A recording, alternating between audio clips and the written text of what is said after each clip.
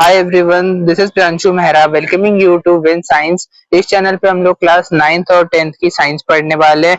आज शुरुआत कर रहे हैं क्लास 9th की साइंस के कंटेंट्स देखने से। कौन कौन से हमें चैप्टर पढ़ने हैं, फिजिक्स के कितने, केमिस्ट्री के और बायोलॉजी के कितने चैप्टर है, वैसे ही क्लास 10th के चैप्टर्स भी देखेंगे।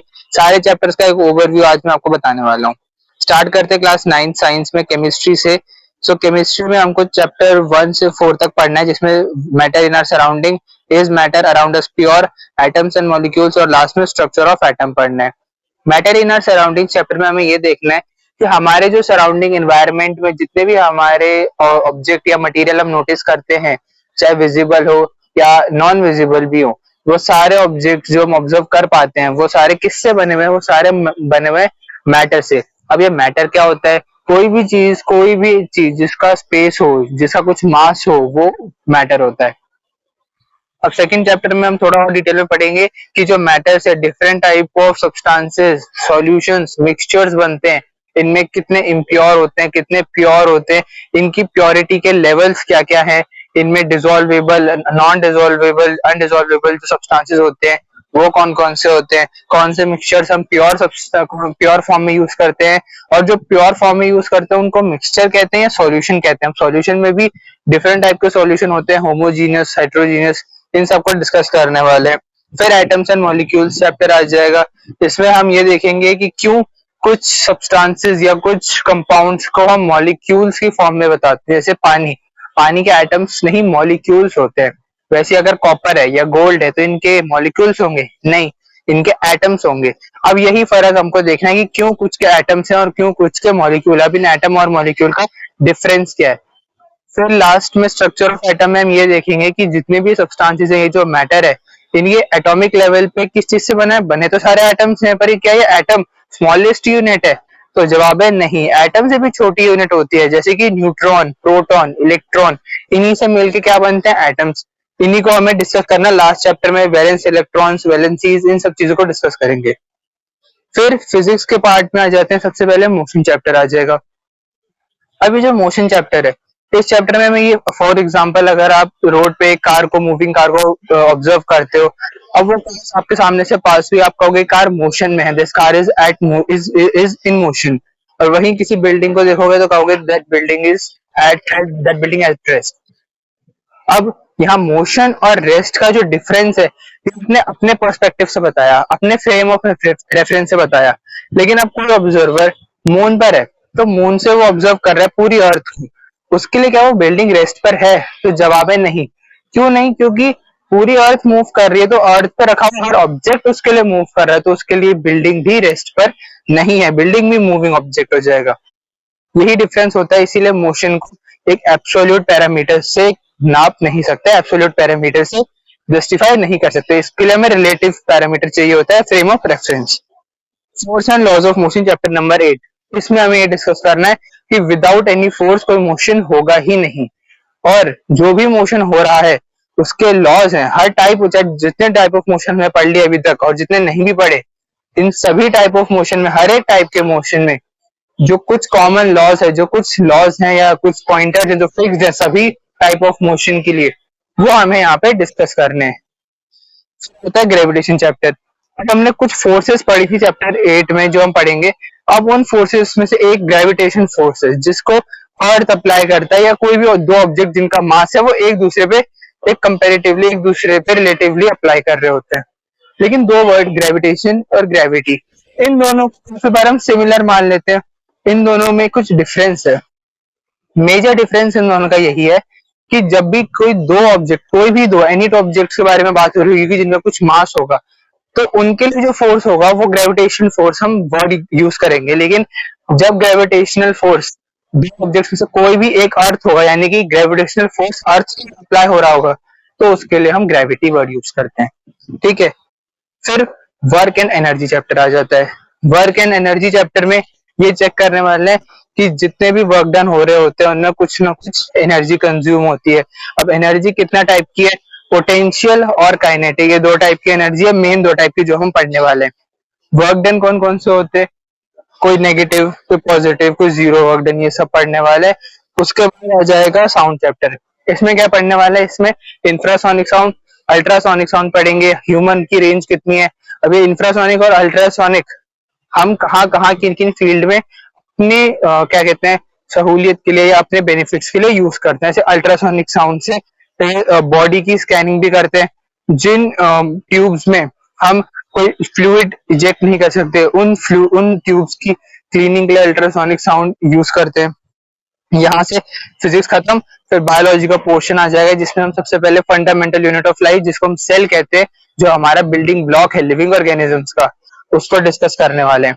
फिर सेल चैप्टर में ये देखेंगे कि प्लांट सेल कौन से होते हैं, एनिमल सेल क्या होते हैं, इनके बेसिक डिफरेंस क्या है, स्ट्रक्चर में क्या डिफरेंस है, ये सब चीजें डिस्कस करेंगे। उसके बाद चैप्टर टिश्यूज, अब सेम टाइप ऑफ जो फंक्शन करते हैं उन सेल्स का जब एक लार्ज अमाउंट कलेक्ट होता है, कंबाइन होता है, तो उससे क्या बनता है टिश्यूज। 4 टाइप के टिश्यूज होते हैं जिनकी फोटो यहाँ पर पीपीटी में है, उन्हीं को हमें चैप्टर में भी पढ़ना है, इनके फंक्शंस को पढ़ना है। ये chapter one of the most lengthy chapter है, थोड़ा सा बोरिंग हो सकता है, लेकिन इस चैप्टर को भी ध्यान से और अच्छे से पढ़ेंगे, हैवी वेटेज का चैप्टर है। लास्ट में सबसे इजी चैप्टर फूड रिसोर्सेज का चैप्टर है, काफी जनरल चैप्टर है, इसको भी आराम से कंप्लीट कर लेंगे। और यहाँ से तीनों स्ट्रीम फिजिक्स केमिस्ट्री बायो के चैप्टर खत्म और क्लास 9 के चैप्टर, यहाँ 12 चैप्टर्स कंप्लीट होते हैं। फिर क्लास 10 के साइंस को भी डिस्कस कर लेते हैं, जिसमें शुरुआत करते हैं केमिस्ट्री से। इसमें भी 4 चैप्टर्स केमिस्ट्री के हैं कंसेक्यूटिवली। पहला केमिकल रिएक्शन एंड इक्वेशन का चैप्टर है। अब इस चैप्टर में हम ये देखने वाले हैं different type of chemical reaction, जैसे कॉम्बिनेशन, डीकम्पोजिशन रिएक्शन एक्सेट्रा। ये जो सारे रिएक्शंस है ना, इन सारे रिएक्शंस के कुछ कुछ इक्वेशन भी हैं। हम इन रिएक्शन को पूरा सेंटेंस फॉर्म में लिखें, हर बार ये जरूरी नहीं है। हम इन रिएक्शन को इक्वेशनल फॉर्म में कैसे लिख सकते हैं, ये हम इसमें डिस्कस करेंगे। टाइप्स ऑफ रिएक्शन पढ़ेंगे, उनके एग्जांपल्स पढ़ेंगे, उनका मैकेनिज्म को समझने की कोशिश करेंगे। फिर एसिड्स, बेसिस एंड सॉल्ट्स और नॉन मेटल्स वाला, मेटल्स एंड नॉन मेटल्स, ये 2 चैप्टर जो ऐसे है ना, ये काफी प्री नॉलेज, जो हमारी प्रीवियस क्लासेस की नॉलेज है उनसे रिलेटेड है, रिलेटेबल चैप्टर है काफी ज्यादा। ये हमारे लिए एक इजियर साइड पे रहने वाला है। फिर आ जाता है केमिस्ट्री का one of the most difficult chapter जो होने वाला है, carbon and its compound. Difficult है लेकिन बोरिंग नहीं है, इंटरेस्टिंग चैप्टर भी है, क्योंकि इसमें कार्बन की टेट्रावेलेंसी, कैटिनेशन और उसकी आइसोटोप्स, इन सबको हम डिस्कस करने वाले हैं। कार्बन की ऐसी क्या स्पेशलिटी है जो सिर्फ इसी एलिमेंट के ऊपर एक पूरा का पूरा चैप्टर है, ये हम देखने वाले हैं। इसके जो 3 आइसोटोप्स हैं, इनकी यहाँ पे पीपीटी में इमेज भी लगी हुई है, ग्रेफाइट, C60 और डायमंड। इसमें strongest natural substance in world कौन सा है? डायमंड। अब ऐसा क्यों है कि ग्रेफाइट तो इतना सॉफ्ट है, वो भी प्योर कार्बन से बने, डायमंड भी प्योर कार्बन से बने, तो डायमंड इतना स्ट्रॉन्गेस्ट नेचुरल सब्सटेंस कैसे, और ग्रेफाइट इतना सॉफ्ट और इतना इतना ब्रिटल कैसे है? तो ये फर्क आता है structure of element, structure of atoms, जो क्या कहते हैं किसी भी एलिमेंट या किसी भी सब्सटेंस का जो स्ट्रक्चर है कि किस ऑर्डर में उसके, जैसे कार्बन के एलिमेंट लगे हुए हैं, उसमें एटम्स लगे हुए हैं, उस पे उससे उसकी स्ट्रेंथ और रिजिडिटी डिफर करती है। अब आ जाते हैं फिजिक्स पे। फिजिक्स में लाइट चैप्टर पढ़ना है, लेकिन यहाँ पर ये चैप्टर लेंथी भी है, हाई वेटेज का भी है और थोड़ा सा डिफिकल्ट भी है, क्योंकि रिफ्लेक्शन तक तो पहले पढ़ लिया था, अब रिफ्रैक्शन पढ़ना है। रिफ्रैक्शन एक सिंगल टॉपिक उतना ज्यादा डिफिकल्ट नहीं है, बट जब रिफ्रैक्शन से कंबाइन हो जाता है और तब थोड़ा सा डिफिकल्ट लग सकता है। जैसे कि फॉर एग्जांपल यहाँ पे एक फोटो लगा रखी है कि जब पेंसिल को हम एक क्या कहते हैं ग्लास में, एक शीशे के ग्लास में डालते हैं, उसमें पानी भरा हुआ है, तो लाइट पार हो जाएगी ग्लास में से भी और वाटर में से भी, तो इमेज जो है पेंसिल की हमें वापस तो दिखेगी, ये बात तो ठीक है। बट क्या इमेज पेंसिल की जिस पोजीशन पे हमने पेंसिल को पानी के अंदर रखा उसी पोजीशन पे दिख रही है? तो जवाब है नहीं। पोजीशन वहां दिखेगी जहां जो एक्चुअल पोजीशन से उससे थोड़े फर्क आए पे, थोड़े डिफरेंस पे दिखेगी। तो ऐसा क्यों होता है, यही टॉपिक रिफ्रैक्शन हमको समझाता है। इसी वजह से जो सन होता है, चाहे वो राइजिंग सन हो या किसी भी डे टाइम में, इवनिंग टाइम में, किसी भी टाइम पे जब सन दिख रहा है, तो अपनी एक्चुअल पोजीशन से 2 मिनट के डिफरेंस पे दिख रहा होता है हमें। इसी को हम रिफ्रैक्शन में समझने वाले। फिर आता है human I and the colourful world.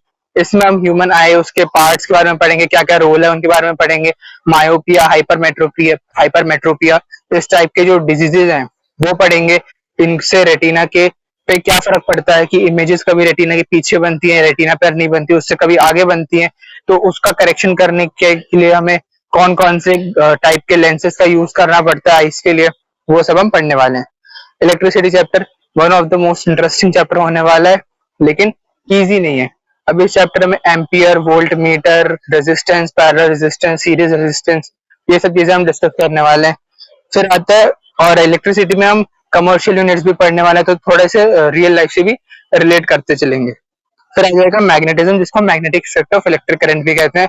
अब इलेक्ट्रिसिटी में हमने इलेक्ट्रिसिटी के कमर्शियल यूनिट जब पढ़ रहे होंगे, उससे थोड़ा पहले हम इसके हीटिंग इफेक्ट्स भी पढ़ेंगे, और अगले चैप्टर में मैग्नेटिज्म में हम इसी इलेक्ट्रिसिटी के जो मैग्नेटिक इफेक्ट्स है वो डिस्कस कर रहे होंगे। तो इस तरीके से फिजिक्स कंप्लीट होगा। फिर लास्ट जो बायोलॉजी का बचेगा, उसमें सबसे बड़ा चैप्टर जो है लाइफ प्रोसेस, इसको पढ़ेंगे। इजी चैप्टर नहीं है, मुश्किल ही है ये वाला, बट ऐसा है कि इंटरेस्टिंग भी है, लेकिन लेंदी बहुत है, तो इसको भी जब हम पार्ट्स में पढ़ेंगे तो ही हमको अच्छे से समझ आएगा, वरना एक साथ पूरा चैप्टर कंप्लीट करने में बहुत ज्यादा बोरिंग हो जाएगा फिर ये चैप्टर। फिर आएगा कंट्रोल एंड कोऑर्डिनेशन चैप्टर। इस चैप्टर में हम ये पढ़ेंगे कि हमारा माइंड का रोल, नर्व्स का रोल क्या क्या होता है हमारी बॉडी की फंक्शनिंग में, ये सब हम पढ़ेंगे। फिर हमारा बैकबोन का भी रोल होता है, जो हमारे रिफ्लेक्स एक्शंस होते हैं उनके बारे में भी हम पढ़ेंगे इसी चैप्टर में। फिर reproduction, how do organism reproduce, इसमें एसेक्सुअल और सेक्सुअल रिप्रोडक्शन दोनों डिस्कस कर रहे होंगे। Male reproductive part, female reproductive part. Plants में जो डिफरेंट टाइप ऑफ रिप्रोडक्शन होते हैं, चाहे वो एसेक्सुअल में वेजिटेटिव प्रोपिगेशन हो, स्पोर फॉर्मेशन हो, ऐसे डिफरेंट टाइप ऑफ रिप्रोडक्शन हम यहाँ पढ़ने वाले हैं।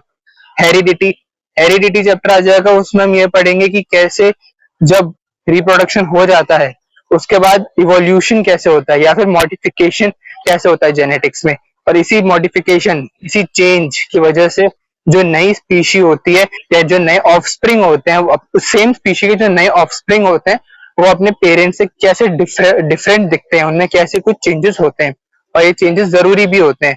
लेकिन कुछ ऑर्गेनिज्म जैसे प्लांट में चेंजेस नहीं भी होते हैं, तो क्यों कुछ ऑर्गेनिजम्स में चेंजेस हो रहे हैं और कुछ में नहीं हो रहे, और जिनमें चेंजेस हो रहे हैं उनमें इनका होना सही है कि गलत, और अगर सही है तो क्यों सही है, ये सारी चीजों को हम इस चैप्टर में डिस्कस करेंगे। फिर लास्ट चैप्टर आ जाएगा आर एनवायरनमेंट, बहुत ही जनरल और बहुत ही बेसिक चैप्टर है, प्रीवियस नॉलेज से काफी ज्यादा रिलेटेबल है, जनरल लाइफ से रिलेटेबल चैप्टर है।